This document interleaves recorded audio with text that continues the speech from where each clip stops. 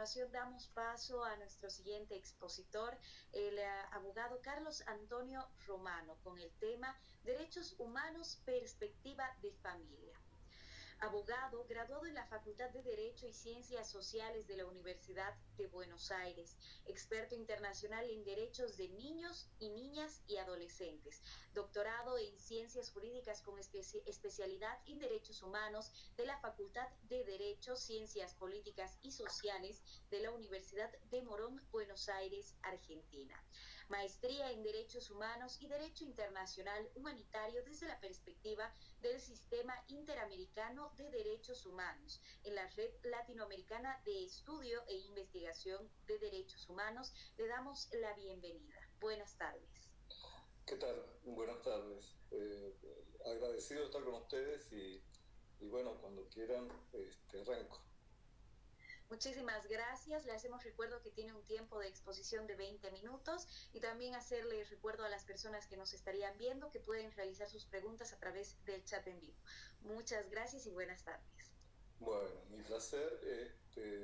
Reitero estar con ustedes aquí y con este amable público en un tema tan difícil, ya que es muy técnico y les diría que casi deformado desde la evolución y manejo hacia la sociedad. El proceso actual de derechos humanos, y esto lo digo como primer consigna, en realidad nace discordando con autoritarismos de Estado. El modelo proviene de la Segunda Guerra Mundial y sustituye a lo que había sido el antecedente de la Revolución Francesa con todos sus esquemas de desarrollo de libertad, de igualdad, pero trasciende como crisis de sustitución después de la Segunda Guerra Mundial y tras la ocurrencia del nazismo y 100 millones de vidas humanas. Pero lo esencial es que se radica en elementos que tienen que ver la dignidad de la persona humana, fundamentalmente eso, desde una mirada colectiva y solidaria. Es decir, los derechos nacen antes que los estados, son de las personas y no tienen que ver en este desarrollo ideologías o dogmas. Lo comento ¿por qué? Porque la funcionalidad es ir hacia la paz en un esquema de encuentro. Cuando uno habla de ideologías o dogmas, en realidad se refiere a una serie de creencias colectivas, pero que son representadas con consignas, lemas. Esto es más cercano tal vez a un esquema de doctrina que tiene que ver con enseñar, que tiene que ver con difundir, y esa es la doctrina desde la mirada jurídica, y es que tengo que hablarles de la mirada jurídica porque estamos hablando de derechos y a veces el inconveniente en el campo de la sociedad es no enseñarnos a hablar desde las ciencias, sino directamente generar opiniones no especializadas en las cuales siempre venimos perdiendo y ahora les explico por qué. Pero lo cierto es que los derechos humanos modernos así entonces constituyen un corpus iuris universal, decimos, una lengua de diálogo, de encuentro, que son llevados a convenios internacionales y allí la primera base. No se trata de preferencias personales, grupales, no tiene que ver con una construcción de temas temporales. Es decir, querés nuevos derechos, los estás viendo, votalos y lleva a un convenio internacional sobre los mismos. No mutes los anteriores, porque eso es lo que ha estado ocurriendo y por eso tenemos esta disfuncionalidad. ¿Qué es lo primero que tenemos que asumir? Estamos en una disfuncionalidad internacional, tanto ONU como OEA son sistemas disfuncionales que no se aplican a lo que fue la utopía de nuestros abuelos cuando firmaron esos convenios. Por eso me quiero aplicar a definir cuáles son los conceptos que dieron base a esto, si queda tiempo ubicarme en el espacio de la disfuncionalidad, pero por sobre todo decir que por eso cuando dialogamos en materia de derechos humanos lo hacemos desde un punto de vista técnico, no religioso, no ideológico. Y por eso tampoco acepto la penetración ideológica colonizadora que existe a partir de sistemas de gobiernos hegemónicos, lo mismo que organizaciones internacionales, en base a aplicarse a derechos humanos donde no tienen cabida, y mucho menos cooptarlos como si fueran propios. A raíz de lo ocurrido en ese entonces, contarles que ese lenguaje universal que pretende terminar con ese síndrome de Babel que tenía la humanidad, lleva sin duda también a hacer un comparativo con el ahora. Y es que pienso que realmente esta pandemia lo que nos trae es un nuevo ciclo, y es un nuevo ciclo también para todas las ciencias, y esto es cambio, y debemos ajustarnos. ¿Cuál sería la diferencia? Y es que estamos en un proceso de hablarle a los jóvenes. Mis abuelos tenían en claro que después de las crisis de la Segunda Guerra Mundial, la persona, la dignidad, la excelencia de la persona humana, que es la que había sido humillada, sometida y muerta, era importante. Y evidentemente, prácticamente a lo poco, tomaron esquemas de liderazgo y de desarrollo que fue más allá de las creencias religiosas, que fue más allá de las diversidades ideológicas. Todos comulgaron en un idioma en común basado en valores, interdialogaron, y esta es la diferencia con el hoy. Hoy tenemos grandes brechas, diría que estereotipos de un lado, estereotipos del otro, sin una autocrítica divergente, son simplemente concepciones a veces que generan solamente una brecha, nunca un puente, y que en cierta medida vienen siendo instados por poderes hegemónicos desde los 60, prácticamente lo vi con esa época, y muchas veces tolerados por los organismos internacionales. Por eso es que nos cuesta hablar de derechos humanos, sino entre expertos. Hay toda una comunicación desde lo político y desde lo mediático a hablar de otra cosa que no son los derechos humanos que firmaron nuestros abuelos. De modo que entonces la idea es ver si podemos recomendar a los jóvenes que con esta diferencia que tienen en cuanto al modelo existente, que es una gran irritación ilógica en el camino de lo social, empezar a cuestionar a las voces preponderantes y empezar a traer las voces de los que no se oyen. En definitiva, organizar una nueva mancomunidad detrás de la humildad. Esto tiene que ver con repasar también los elementos filosóficos que dieron a luz los derechos humanos tal cual la época moderna, y les hablaría a largo de varios filósofos. El tema es que estoy convencido del tiempo, pero para poder parapetarnos en esta construcción detrás de valores y atributos de la persona, miren, le voy a citar a Jürgen Habermas, un agnóstico marxista que tiene un gran encuentro de liberación con el entonces Papa, que fue después Papa, el alemán Ratzinger, y él con claridad define los derechos humanos como un vínculo conceptual interno entre la dignidad humana y los derechos humanos. Habla de un apego a la naturaleza humana y acudir a una interpretación de los derechos colectiva de la dignidad. Me está hablando de la trascendencia, me está hablando de la persona humana en un momento en que esto tiene una enorme depreciación legislativa y política, y me está hablando, Habermas, que hoy tiene 91 años, muy parecido a otro filósofo de la época, Levinas. Levinas dice que en vez de hablar, cuando decimos de filosofía, deberíamos hablar de la sabiduría que nace del amor, no del amor a la sabiduría. Recuerdo la primera vez que leía al filósofo Levinas, que es judío bielorruso, gran amigo del entonces Karol Wojtyla, empieza a hablar de la metafísica del plano social. Y esto es derechos humanos.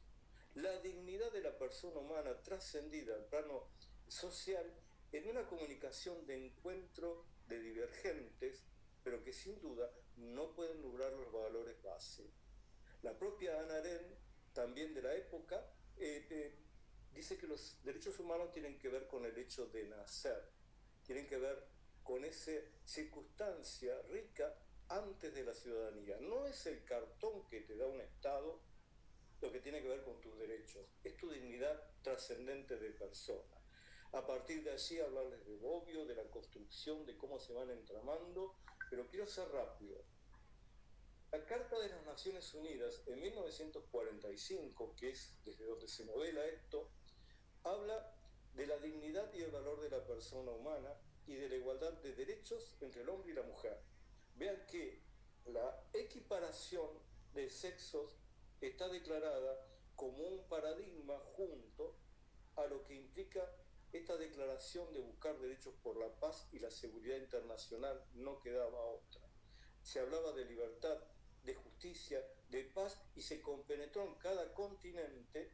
Por eso no me voy a detener en esto, pero sería muy bueno que sepan que existen convenciones de derechos humanos por continente, y es más, existe la Declaración Islámica Universal de Derechos Humanos, que habla de que todos los seres humanos son iguales en el principio de la dignidad humana.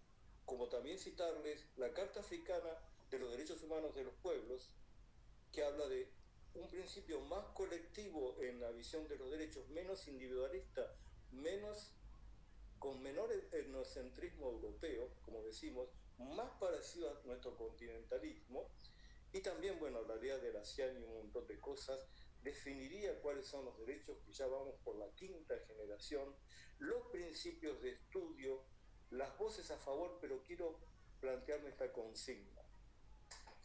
La lengua, el corpus juris universal, por la que debemos transitar los especialistas del mundo jurídico, tiene que ver con que los tratados generan un vínculo con los estados adheridos, un vínculo de compromiso de practicar de buena fe y llevar a su eje interno, a su derecho doméstico, todo lo que importa, lo que los abuelos firmaron en los convenios. Aparte, tienen obligación de desarrollar organismos internacionales de supervisión, que llamamos comisiones, que llamamos comités, que controlan cómo se va manejando eso. Y por sobre todo, esa lengua se va a mover con un concepto en donde la autonomía personal no puede discutir ni chocar con los intereses comunes. Ahí es donde tenemos el lío. En realidad confundimos los que son obligaciones del Estado provenientes de convenios firmados a las muchas cosas que están diciendo algunos expertos con alguna función hegemónica de colonización respecto a lo que son los derechos humanos que firmaron los abuelos. Esto, explicarlo, tiene que ver de largo, pero asumir entonces que la disfunción o la característica de disfunción del sistema internacional de protección de derechos humanos, que estoy denunciando no como algo nuevo, no puede privar de la utopía de los abuelos. A los jóvenes decirles entonces que si los miro desde esa perspectiva, tienen las cosas más difíciles ahora. Y me recuerdo un refrán, qué bonito, que dice: no sigas las huellas de tus antepasados, busca los caminos que ellos buscaron. Es algo muy diferente, pero lo clásico es que hablemos de buena fe, así nacen los derechos humanos, y tienen que ver con respetar niveles de interpretación que están perfectamente trazados en convenciones, no multar lo que escribieron los abuelos. Desde allí la necesidad de ordenar una mancomunidad basando justamente en estos derechos humanos y no dejar que me los malogren o me los convierta en nada la mala disfuncionalidad. Al punto que estoy pasando mucho de largo, pero el artículo 2.7 de la Carta de Naciones Unidas dice: ninguna disposición de esta Carta autorizará a las Naciones Unidas a intervenir en los asuntos que son esencialmente de la jurisdicción interna de los estados. Nuestro continentalismo latinoamericano tiene una construcción muy rica para darle al mundo a partir de enhebrar todas las cuestiones culturales. Sería largo hablarles, lo que les digo es que no podemos recibir constantemente esquemas modales que se corresponden con otras culturas. De allí entonces, perdón que voy rápido, o hablo rápido tal vez, tengo mucho que dejar, porque este es un tema de debate constante en nuestra generación, me preocupa la actividad de expertos y me preocupa la actividad política en el manejo del sistema internacional de protección de derechos humanos. Y creo que esto trae crisis de irritación social y trae intolerancia y agotamiento, y que esto se ve muy de lejos en la época pandémica. Entonces, hablarles de que particularmente esa disfunción, yo no tengo que fundarla aquí. Miren lo que en el 2010 dice la protección de la niñez y el manejo de la paz de las Naciones Unidas. Es decir, yo soy experto en conflictos bélicos. Esto surge en el Departamento de Operaciones de Mantenimiento de Paz del 2010. Conflictos, declaraciones, tratados, intervenciones. Lo cierto que el Concierto de Naciones ha prohibido la guerra desde el punto de vista legal, a la par que reconoce también en el hombre al mayor depredador del planeta. La industria armamentista continúa detrás de un liderazgo económico al frente del narcotráfico y de la trata. La estructura política económica mundial condiciona poner límites a la degradación climática y escasez de recursos. Nunca les asume bien temprano en su agenda, ni condicionada por ella utilidades en el mercado. En tanto, la agenda sobre el material de protección de derechos humanos continúa su emergencia en otra realidad de la discriminación.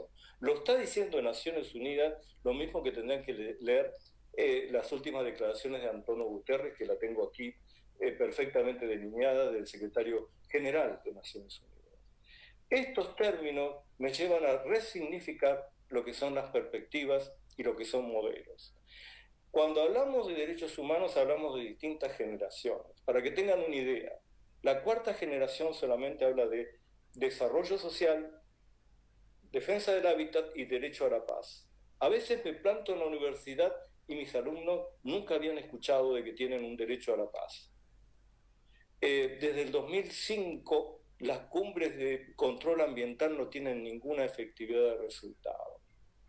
Entonces me lleva también a analizar qué está pasando con las perspectivas, qué son. Las perspectivas de la mirada, como las artes gráficas.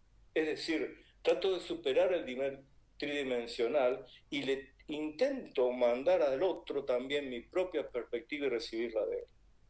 Paradigma tiene que ver con modelo. Es un cambio cultural, es algo revolucionario.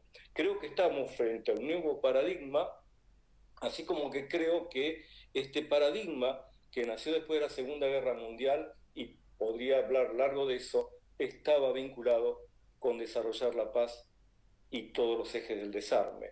Lo cierto es que cuando hablamos de perspectiva, le tenemos que hablar de tres. Se arranca con la perspectiva familiar y la perspectiva de niñez, y se sigue con lo que llamamos perspectiva de género, que en realidad es de igualdad de sexos, y tiene que ver con que, muy rápidamente, les diga que este paradigma basado en la seguridad internacional que nace en Naciones Unidas es un derecho. Nosotros tenemos que en la Declaración Universal de Derechos Humanos, el artículo 28, se dice que toda persona tiene derecho a que se establezca un orden social e internacional, y que toda persona también tiene deberes hacia la comunidad. Nosotros tenemos elementos que hablan de la familia desde el 1966 con el Pacto Internacional de Derechos Civiles y Políticos, de niñez en el artículo 24 en el esquema de no discriminación, de la misma época el Pacto Internacional de Derechos Económicos, Sociales y Culturales, que son los de tercera generación, donde se habla de solidaridad internacional para el progreso de las naciones. Porque se sabía que eran pocas las naciones que verdaderamente tenían recursos y que las otras lo que tenían era solamente la intención y el amor de vivir con una misma humanidad. De allí entonces que estas declaraciones, que con claridad dice se debe conceder a la familia la más amplia protección y asistencia para el cuidado y la educación de los hijos, se debe proceder en seguridad social sobre las madres. La Declaración del Progreso del año 69, estoy yendo cronológico. Artículo 4. La familia, comunidad básica de la sociedad y medio natural para el desenvolvimiento y bienestar de todos los miembros. Esto es la familia operadora. Nuestra propia Convención Americana, artículo 17. El artículo 19 sobre perspectiva de niñez. la opinión consultiva 17, que es el émulo de la Convención de los Derechos del Niño, la propia CEDAW en 1979. Cuando escucho hablar de CEDAW, pero perdón, me pone loco. La CEDAW aboga por la comprensión adecuada de la maternidad desde el preámbulo, siempre habla del hombre y la mujer, y habla de que ambos sexos deben compartir la responsabilidad del cuidado. La CEDAW habla de la cultura del cuidado. Cuánto más importante familia y cultura del cuidado en esta época. Y no dice que la mujer debe descargarse del cuidado. Le está diciendo al hombre que también debe ser administrador del cuidado. Lo que quiso evitar obviamente son estereotipos. De perspectiva de género es otra charla, lo mismo que de identidad de género, pero les quiero sacar algunos prejuicios puestos por los propios que hablan de antiderechos a un sector. Son prejuicios que se pueden acabar con el preámbulo mismo de la Convención de los Derechos del Niño. Vean, disculpen el tiempo, no sé cómo estoy. Dice, reconociendo que el niño para el pleno y armonioso desarrollo de su personalidad debe crecer en el seno de su familia. Me habla de desarrollo pleno, me habla de desarrollo armonioso dentro del esquema familiar y hasta su mayoría de edad. No me habla de la libre personalidad. La libre personalidad es un esquema que se conversa en algunas conversaciones de comités o de comisiones que no tienen nada que ver con esto. La idea es que la familia te haga libre, porque vas a ser un libre también respecto de las opresiones de gobierno de Estado. Y acercarles la convención de Belén do Pará con los mismos criterios de soporte técnico, esto fue en el 94, en base a la Convención Americana. El Estado se haya obligado no solo a disponer y ejecutar directamente medidas de protección de los niños, sino también a favorecer de la manera más amplia el desarrollo y la fortaleza del núcleo familiar. Los niños son titulares de derechos humanos preferenciales bajo la protección del Estado, la sociedad y principalmente la familia.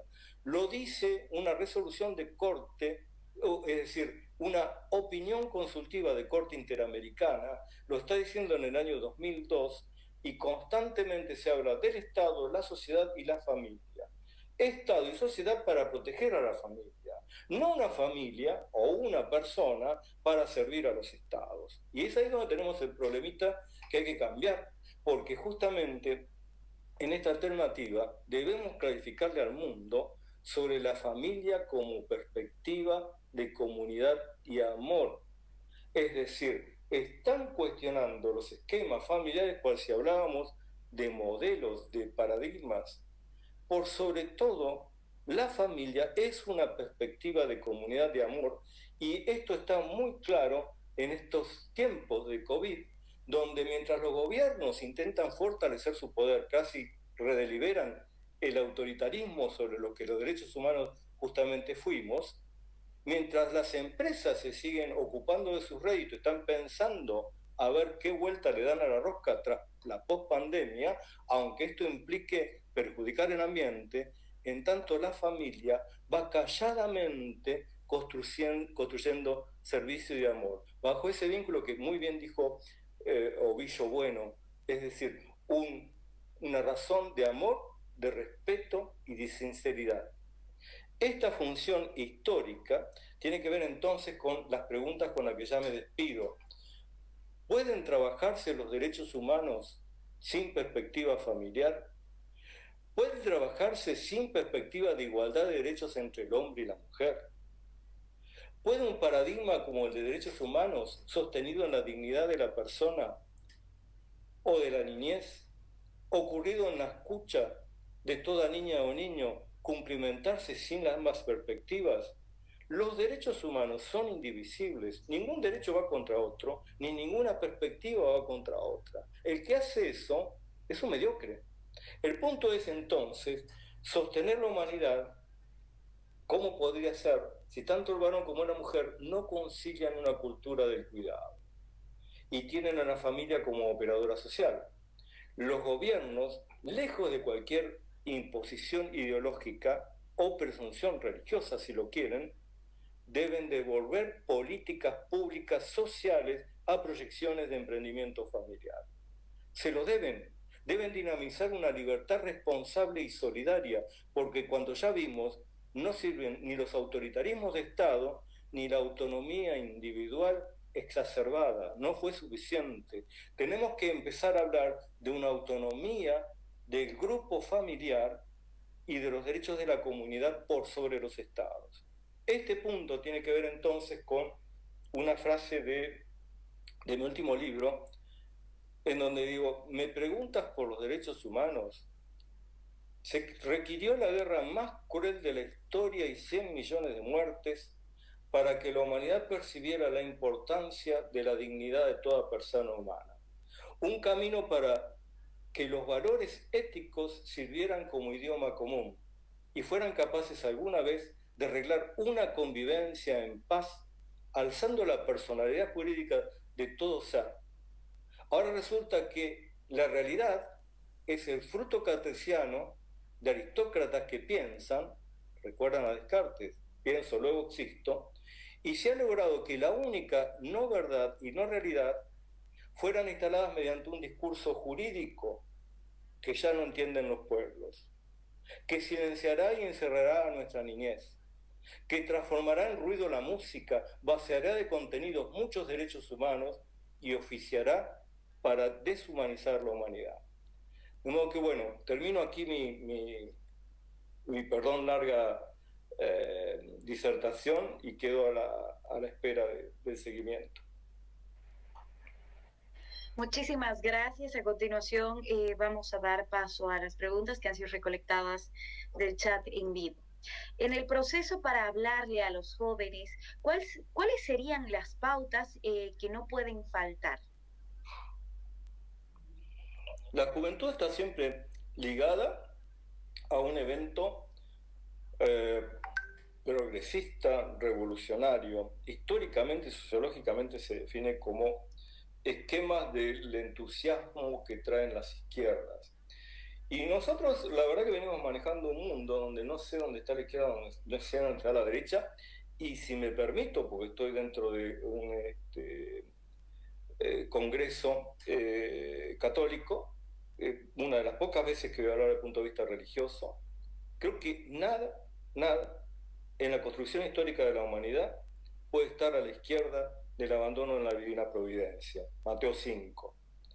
Nada como proyección familiar que la construcción de una familia de perseguidos y refugiados, como hablamos de la Sagrada Familia, en donde el hombre, por amor, deja el machismo de lado y aún pudiéndose considerar engañado, por amor a su mujer la respeta. Y nada como esa mujer que en el Magnificat dice, el Señor hizo en mí grandes cosas, destronó a poderosos, ensalzó a los humildes.